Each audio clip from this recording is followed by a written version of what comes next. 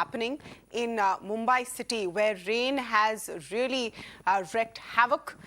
Rain pain, in fact, has gripped the two big metro cities, Delhi and Mumbai today. Commuters were halted in their tracks as fierce rain clogged the roads, which resulted in water logging, traffic jams.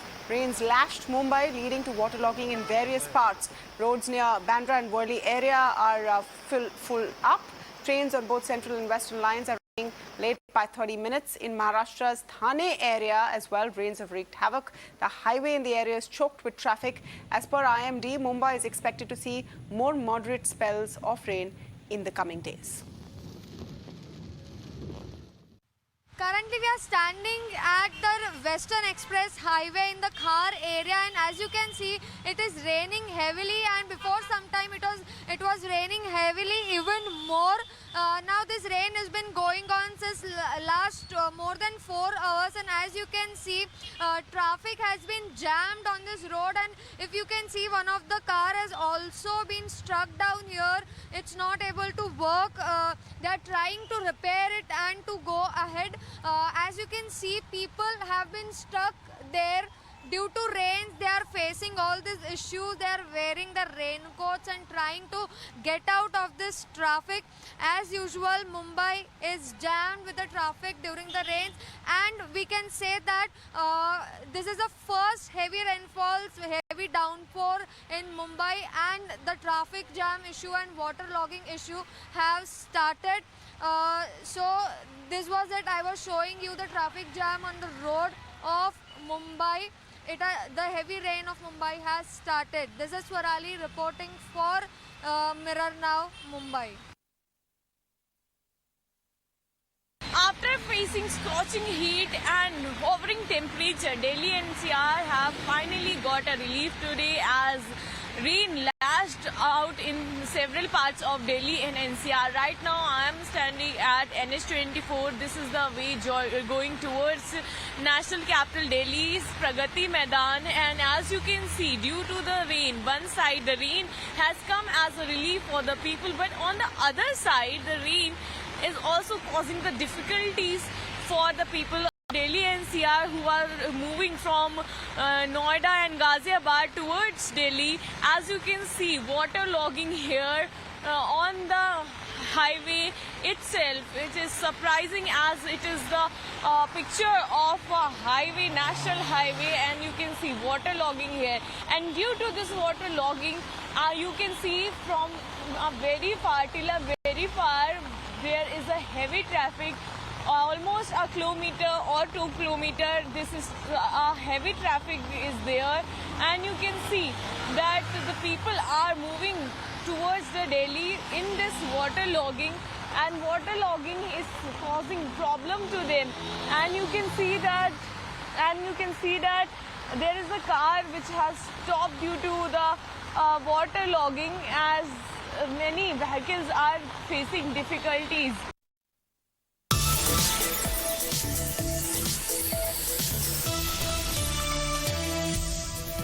And some updates coming in amidst heavy rainfall due to technical issues. Track points at Dadar and Parel station. Local trains have been delayed. Shivani is joining me on the phone line for more details. Shivani, till what extent are the delays taking place right now?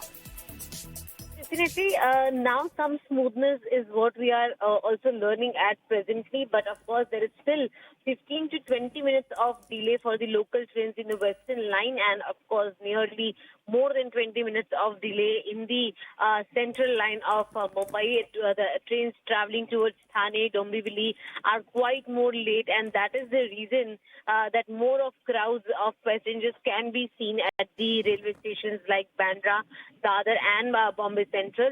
We are also given to understand that now when the rains are reducing the rainfall, the smoothness of trains will start in a while, but due to the water logging in especially suburban areas of Mumbai, the trains towards the late, especially the Dadar railway station is witnessing most of the crowd, as it also has western passengers travelling, and on the other side the central and harbour as well. But yes, the railway department in Mumbai has indeed rainfall will stop or decrease. We will see a smooth functioning of local train, and the passengers will get more frequent trains as regularly. All right, thank you for that, Shivani, there with all the details. And like we're saying, this is the job of our netas. At the end of the day, this is what we hope they really do. It's fine to topple governments and, power grab and all of that, but let's fix this. Let's fix issues that we all face every day as citizens. We'll take a very short break. When we come back on Beyond the Headline, India versus England, 5th test, Jasprit Bumrah to be the captain.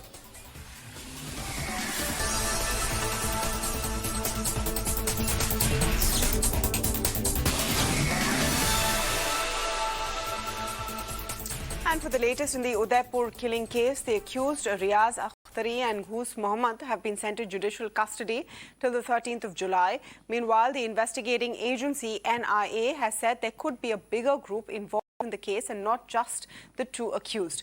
According to its preliminary inquiry, there may not be any terrorist group involved, but a terror gang could be part of the murder. On the other hand, it has said that some media reports about the link of the two accused with some terrorist outfits is based on speculation. Earlier, amidst the tensions, Rajasthan Chief Minister Ashok Gehlot met family members of the victim in Udaipur today and handed over a cheque of 50 lakh rupees to the kin of the deceased. Speaking about the case, Chief Minister Ashok Gehlot said the case may have a possible link with Pakistan and a terror angle is being probed. Post his visit, the CM held a meeting with officials of the state pertaining to law and order situation in Udaipur. हमने तत्काल त्वरित कार्य करते हुए दोनों मुलजिमों को पकड़ लिया, एसओजी एटीएस को केस दे दिया और पूरी रात भर में पता लगा लिया कि इनका अंतर्राष्ट्रीय संगठनों से संबंधित है ये घटना। इसके मायने होता है कि आतंकवाद से संबंधित घटना है। ये कोई दो धर्मों के बीच में झगड़े होने वाली बात नहीं है। इसलिए जब ये यूएपीए के अंतर्गत जो आतंकवाद गतिविधि होती है उनकी धाराओं में केस दर्ज कर लिया गया एसओजी द्वारा। मेरी मुख्यमंत्री जी से बात हुई है कि उन्होंने हमारी फाइनेंशियली हेल्प भी की है तो और मेरे को एक गवर्नमेंट जॉब देने का आश्वासन भी दिया है। हमने हमारा सेल्फ डिफेंस तो मांगा ही है कि हमको तो कम से कम प्रोटेक्शन दिया जाए। मेरे फादर को प्रोटेक्शन नहीं मिला तो हमको तो मिलना ही चाहिए। तो इसका भी तो आश्वासन तो दिया है और बाकी का ये है कि जिन लोगों ने ऐसा कुछ किया है उनको तो फांसी की सजा से कम कुछ होना ही नहीं चाहिए। Home Minister of Karnataka expressed his condemnation on the horrific incident of two women being assaulted by loan lenders. Two sisters were stripped and assaulted for not being able to repay an education loan in Karnataka's Anekal Taluk. 3 people have been booked, 2 arrested and 1 accused is still absconding. Now the Karnataka State Commission for Women has taken cognizance of the incident. We already filed a sumoto case and I spoke to the SP and also inspector. We sent to the email to send the report immediately. See, atrocity on women, I will condemn that because we are celebrating 75th Suvarna Mahotsav independence. What is this we are talking about? We know that Gandhiji has already told the woman who walks without fear on the roads at 12 noon. Then we can think the value and also we can tell them, then we can tell the real independence has come. A 2-day monsoon session will be held in Delhi on the 4th and 5th of July and the Aam Aadmi Party government is set to submit a bill to raise their MLA salaries. According to sources, the Lieutenant Governor has approved to bring a money bill to implement the proposal. In effect, there will be a 66% hike in the salaries of the Delhi MLAs. In Delhi, an MLA presently gets a sum of 54,000 rupees per month as salary and allowances, which is likely to go up to 90,000 rupees after the hike. Reacting to this news, Aam Aadmi Party MLA Somnath Bharti said that Delhi legislators were being paid less compared to other states, despite this being a more expensive city. At least by this action of Honorable LG, the earlier rumor which was spread around this salary increase of Delhi MLAs is now set aside. 2015, a rumor was put in all the media channels and everybody was saying that Aam Aadmi Party MLA salary has gone up to 2 lakhs. That's incorrect. That was a rumor spread out by people in opposition. Delhi MLAs are being paid since 2011, 54,000 rupee a month. The BCCI has announced that Jasprit Bumrah would lead India in the 5th Test match against England, making him the fast bowler in 35 years, the first one to lead the Indian Test team. Rishabh Pant will be the vice-captain for the match. India's designated captain Rohit Sharma has been ruled out of the match after he tested positive for COVID for the second time on Wednesday. Well, yes, this is a big development. Remember, tomorrow, 3:30 p.m. IST is when the India-England Test match is going to start. And this is going to be a huge moment for Jasprit Bumrah, because remember, it has been very, very rare that a fast bowler has led the Indian cricket team in Test cricket. It has taken 35 years for this opportunity to come again for Jasprit Bumrah, and he is going to ensure that he makes the most of it. It was in 1987 when Kapil Dev was the captain, and it has now happened that a fast bowler is going to lead the Indian team in Test cricket. So a huge, huge moment for Jasprit Bumrah. Obviously, unfortunate circumstances that Rohit Sharma was down with COVID and wasn't fit in time, even though the head coach yesterday said that he's not ruled out. But now the BCCI making it official that in the absence of Rohit Sharma, it is going to be Jasprit Bumrah, and in the absence of KL Rahul, who is the otherwise designated Test vice captain, it is going to be Rishabh Pant, who is going to be the deputy of Jasprit Bumrah. And it is going to be a very, very important Test match because India is on the brink of history. They are already leading the series 2-1, and they will be looking to carry that momentum forward, even though England have the advantage coming on the back of a series win against New Zealand, and India playing very little Test cricket. But a very, very cracking match awaits us all, and a huge moment for Jasprit Bumrah to lead the Indian team into this very important Test match.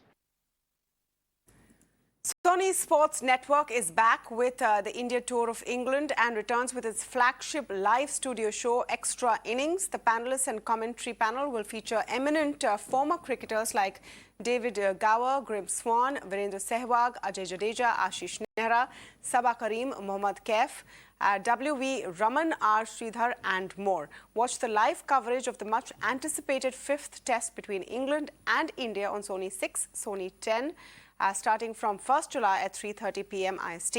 My colleague Karishma, in fact, caught up with former English cricketer Swan. Take a look.